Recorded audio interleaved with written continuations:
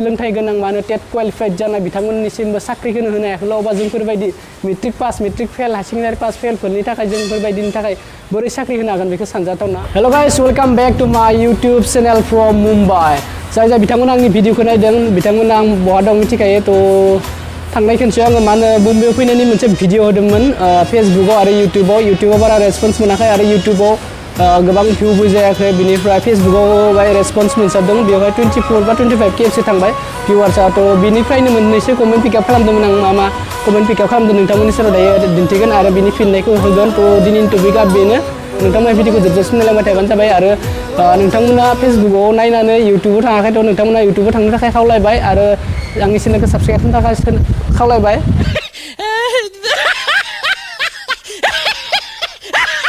थ' फ्रेन्ड्स, मा होनो निउ गोदान फैनायखाय बे 1 उइक जाबाय। थ' माथो एसे बोरैबा जादों, गगा मोननाय टाइपनि जालांदो।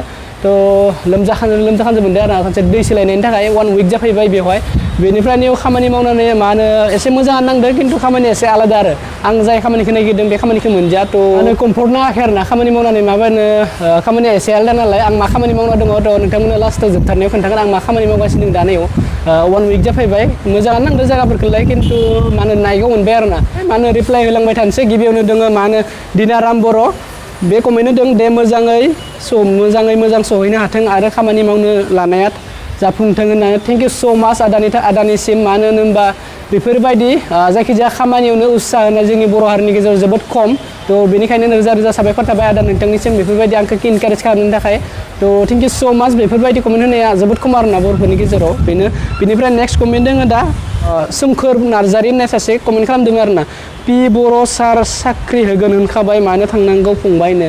थ' बे बाथ्रायाथ' जादों दा, मानो होनबा जोंनि गोबाव सम मा होनो बर'फोरनि थाखाय बड'लेण्डनि थाखाय जोबोद नङा होमबा, मा होनो खस्थ' खालामबोबाय, बेफोरबायदिनो आन्दलन खालामबोबाय बड'लेण्ड नांगौनि थाखाय, जोंनि बर' हारिनि समस्याफोरखौ कमप्लिट खालामनो थाखाय गोनांथिफोरखौ बायदिसिना थासारियावनो जाथों मानो बेफोरनि थाखाय जोंनि बड'लेण्ड नागिरदोंमोन। बिथांमोननि थाखाय बड'लेण्ड मोनाखैब्लाबो बिटिआर जाफुंनायनि उनावबो थ' जोङो प्रमद बर' सार बिथाङा होननाय लेखा मा होनो साख्रि बायदिसिना होगोन होन्दोंमोन नालाय। साख्रिखौ होगोन होनबानो हाया, एक्सुवेलि गासैनोबो साख्रि होगोन होनबानो हाया।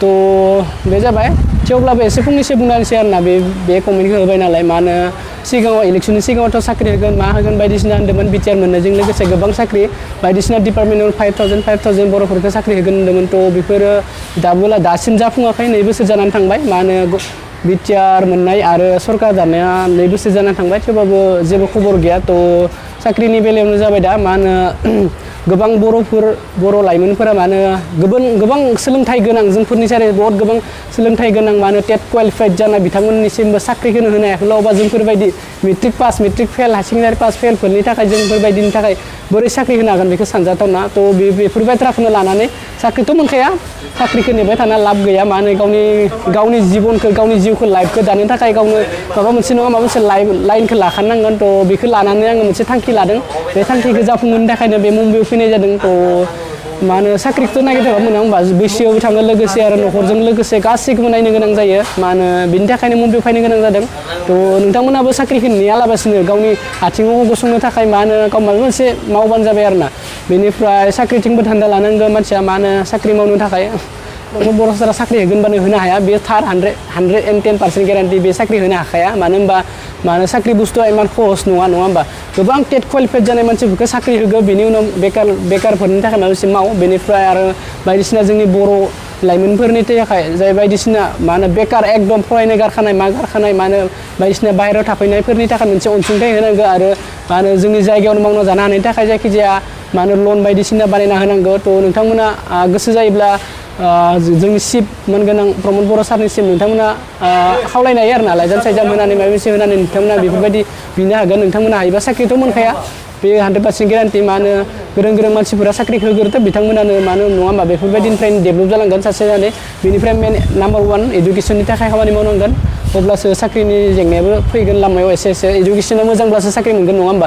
मा होनो जोंफोरबायदि मेट्रिक फेल मेट्रिक पास बायदिसिना सेकेन्डारि फेल पासफोरा माबोरै साख्रि मोनगोन नङा होमबा। मोनगोन डिफेन्सआव सानैसो मैयाबा दाख्लै मा होनो पुलिसफोरनि थाखाय होखांबाय, पुलिस साख्रि मोनखांबाय, गोबां बर' लाइमोनफोरा मोनदों। बेनिफ्राय बिसोरनि थाखाय कंग्रेसुलेसन जासिहरबाय आंनि गोसो गोरबोनिफ्राय। थ' आंबो खारदोंमोन पुलिसआव, खननै पास खालामबाय आंबो पुलिसआव, थेवबाबो रिटेन एग्जामनि थाखाय सेलेक्ट जायाखै आरो ना। मा होनो फिजिकेलि नाम्बारखौ एसे खम मोनबाय बिनिफ्राय फिजिकेलि नाम्बार खम मोननायनि थाखाय बेफोरबायदि सेलेक्ट जायासै आरोना थ' नेक्स्ट कमेन्ट थांलायनोसै कानसाय ब्रह्म मानो फैनांगौ आं बेलाय होमबालाय न'आवनो थाबानो जाबायना उन्दु मोनजागोन मावनानै जानो बायोब्ला मावनो ओंखारलांनो नाङा लासिंसिंनो थ' कानसाय ब्रह्म मा बुजि मोनखो मा नायनानै मा कमेन्ट हमदों जेबो हमनो हायाखै आरोना मावनो होननानैथ' फैखादों नङा होमबा मा बुजि मोनखो नोंथाङा एसे कमेन्ट खालामना खोन्थाहरबानो जाबाय बुजि मोनस्लाबाखै मा बुंनाय जादों बियो मावनो होननानै फैखादों खिन्थु नोंथाङा मा बुजि मोननानै माबायदि कमेन्ट खालामदों हमना मोनाखै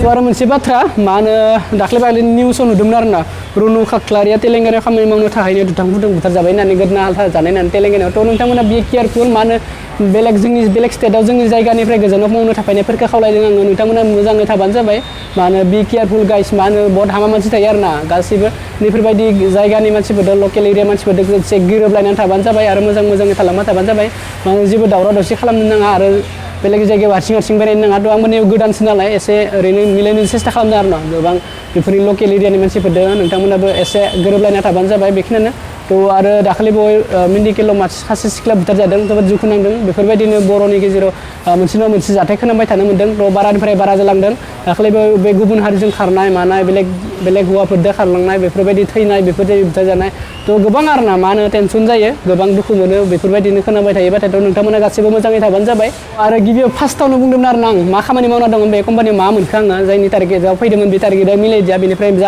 मा खामानि मोन्दोंमोन बे खामानिखौ खोन्थानोसै आं दा मरियाव खामानि मोनदों आरोना बायदिसिना मरि थोंजों सिम्पोल लेंगुवेजआव सिम्पोल भाषायाव बुंनो थाङोबा बायदिसिना बासन पार्टि सुनाय आरोना बेनो उपाय गैया मा खालामनो नङा होमबा जिहेतु मावनो फैबाय गोजाननिफ्राय न'खौ गारनानै थ' जिखि जाया खामानिया जाथों मावखानांसिगोन आं बिसोरनि सिगाङाव बुंदों आरोना काम से मतलब नहीं मेरा पैसे से मतलब है होननानै बुंदों आरो थ' बिथांमोना जोबोर मिन्दों खोनानानै बिथांमोना येस इउ केन डु इट जालायो आरोना बिथांमोना जोंखौ नेपालि सानो बर' मानसिफोरखौ नेपालिसो बायदिसिनासो बुङो आरो न' थ' नङा मावना थांनो हागोन नोंथांमोना जोबोर मोजां मोनगोन होननानै एसे खामानि इजियानो थब जोबोद डिउटिया बिनिफ्राय सानो मावलांबाय थानोसै माबायदि नायनोसै एक्सपिरियेन्सखौ लानानै मावनानै नोंथांमोनो एक्सपिरियेन्सखौ माबायदि मोनो नायलायनोसै आंनि केमेरा क्वालिटिया मोजां नङा आरोना मबाइलाबो गाज्रि मानो होनबा मैं गरीब हूँ मेरे मम्मी पापा मुझे गरीब जन्म दिए हाँ